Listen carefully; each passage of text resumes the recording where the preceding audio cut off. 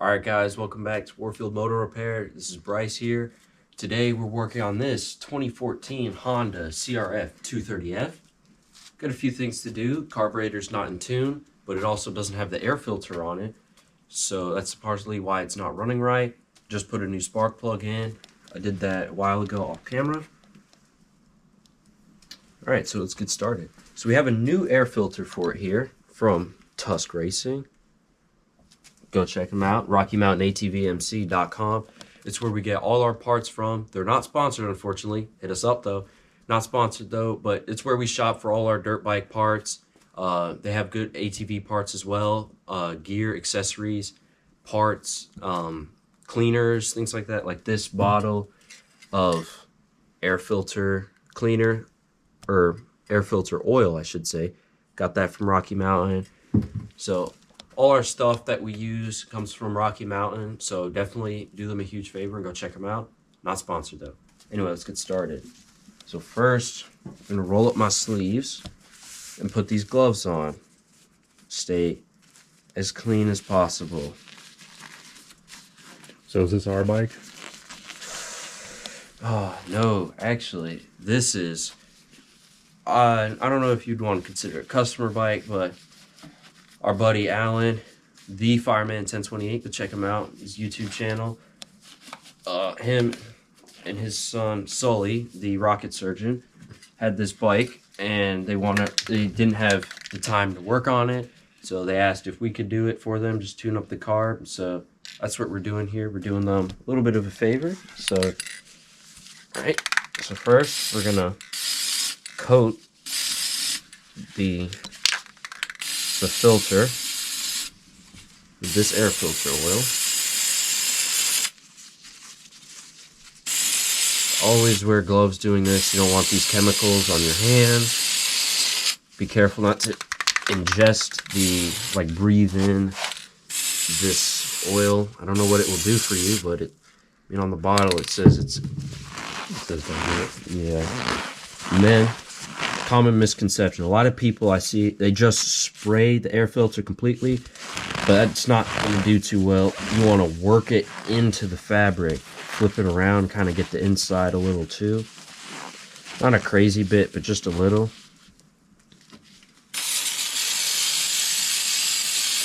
Here we go. Becomes oil impregnated.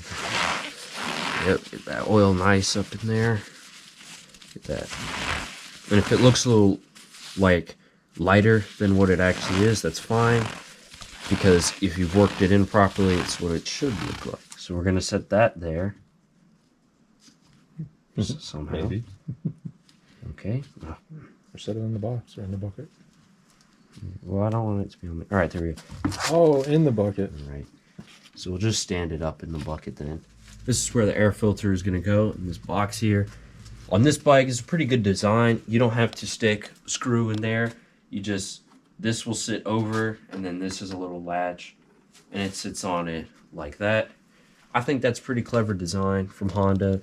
They've always had some pretty good airbox designs on their dirt bikes, so that's pretty clever. So, had to order a part, unfortunately, for this bike, which is this part that holds the air filter on. Filter cage, I think is what they call that. Oh, it's on the floor.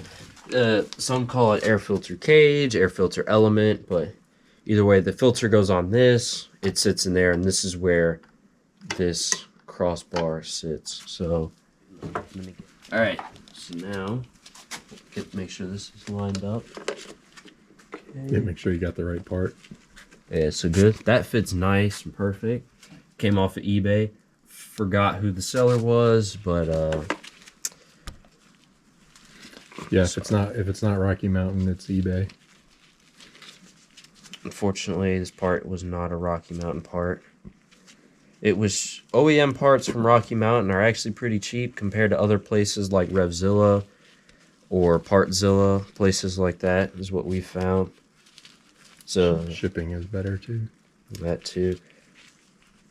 But eBay's been great for the ZX6R project.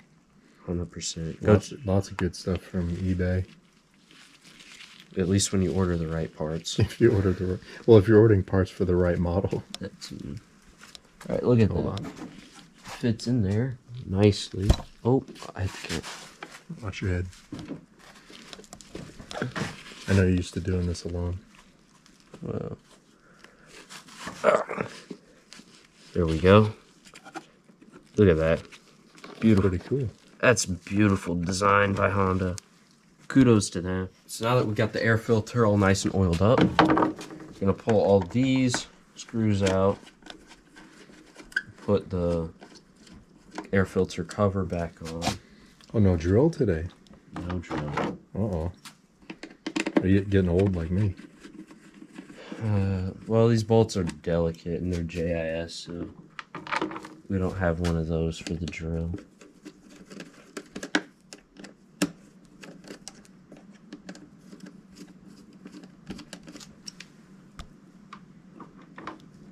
Oop, missed the hole. There we go.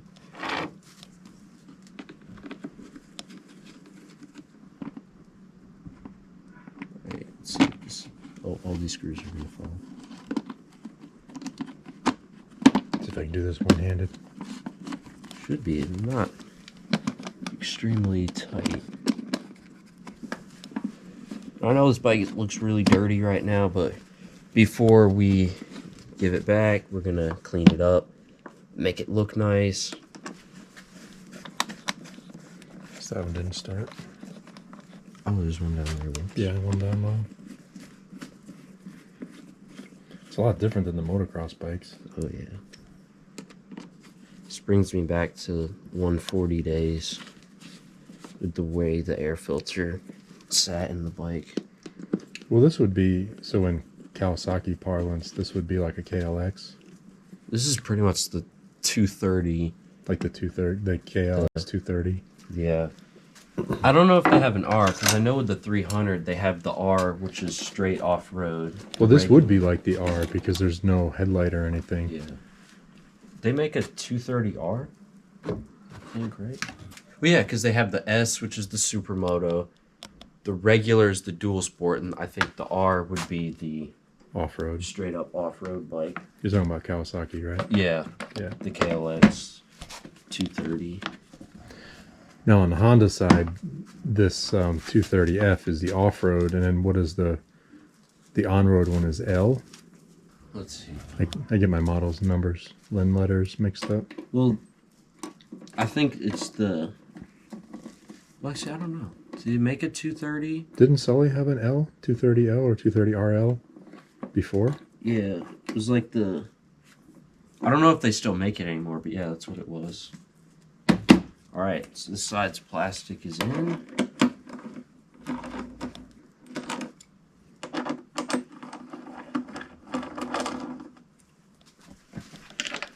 So all of those can go on before the seat, and then the seat goes last. Yeah. The seat kind of is like the final piece to holding these things down. Well, actually... Might have... Yep, freshen this thing up a little. New bolts, fresh washers. So this is gonna sit out. This is for the trickle charger. Does that not tuck in there neat? Can you slide it in alongside? Yeah, well, I was trying to find a gap where this can sit. There we go. So that it's not breaking. Yeah, you don't want to pinch it. There we go. Is this pushed in? Yep. Hold that down. Put a bolt in here.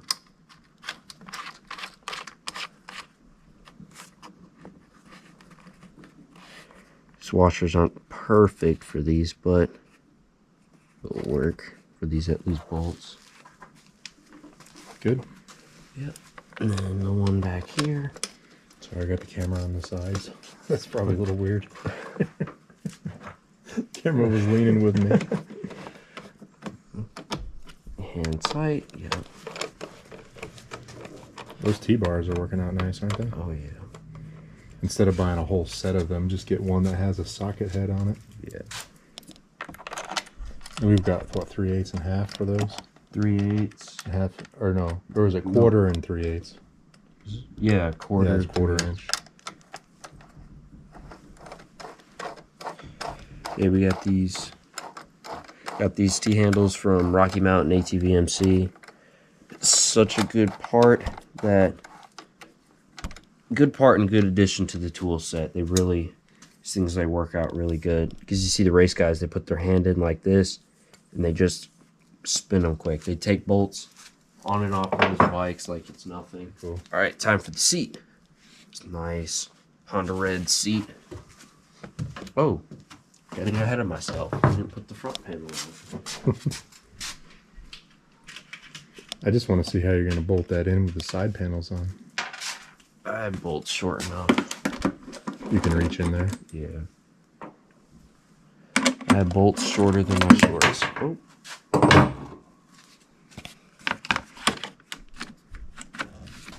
Make sure that's above there. Washers. Where'd the washers go? There's one bolt on the bench. All right.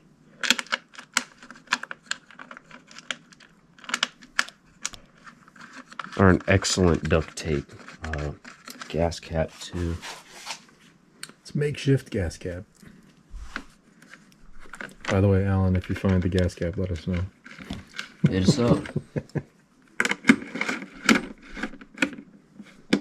Yeah, check those guys out though. The Fireman 1028. He's doing some cool stuff. Him and Sully. I know Sully's got his own channel, but they're working together on that. Their first ride video was pretty neat. First father-son road ride. All right. We stick this in. There the bolts. All right, so we're back. Just had to figure out how to get these bolts in here real quick. And find the bolts. That too. Now that we... Oh, no. Wrong wrench. Oh, this one's too big. Where's your speed wrench? Well, it's this one, but it's too big. There's no space. Oh. Can't get the box end on. Yeah. So we'll just tighten these down. All right. That side's tight. Do this mostly with my hand. Oh, nice catch. Oh, yeah. Oh. He's not just about speed, folks. Excellent hands. Excellent hands.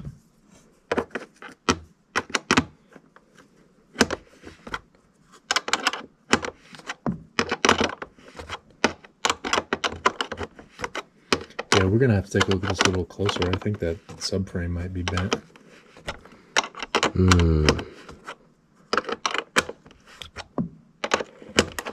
It's something to look into, though.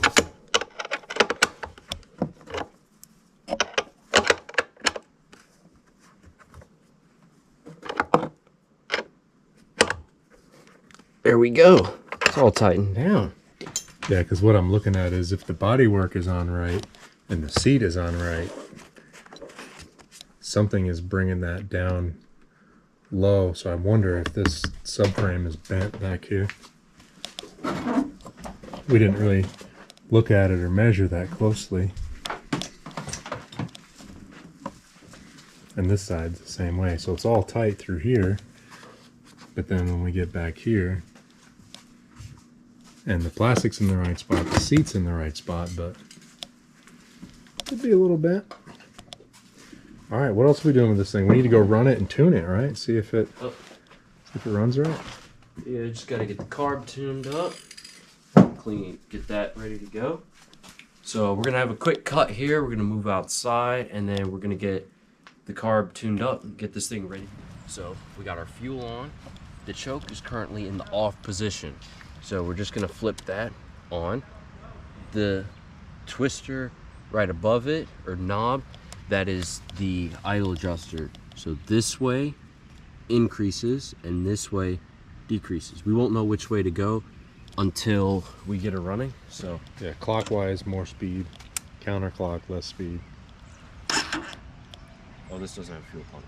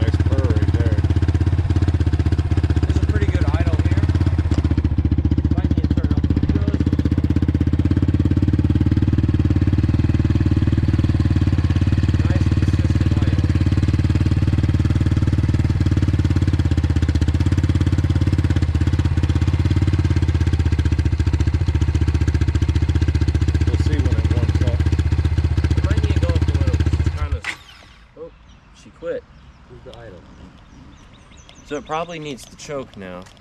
I don't think you need to choke to start it, but it might need to go up a little bit. Well, the choke's on the half. Yeah.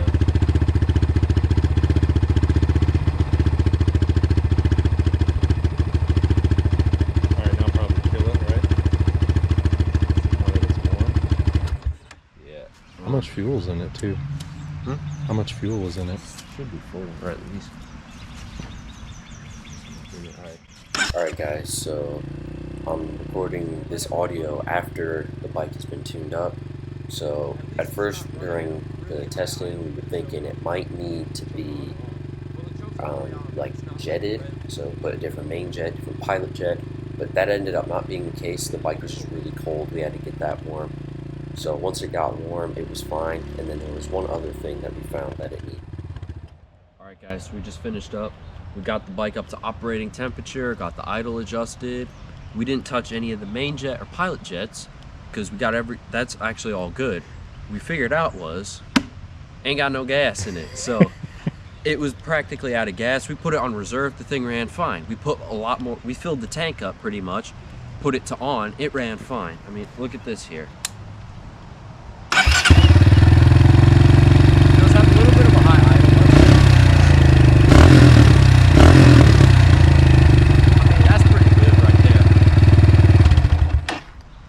I don't know if that's a hanging idle. We'll have to look it up. I think the flywheel on these is fairly large, so it's not going to rev up and down like the motocross bike. So I think that you're just not used to that. It could be. But yeah, good job, bud. All right.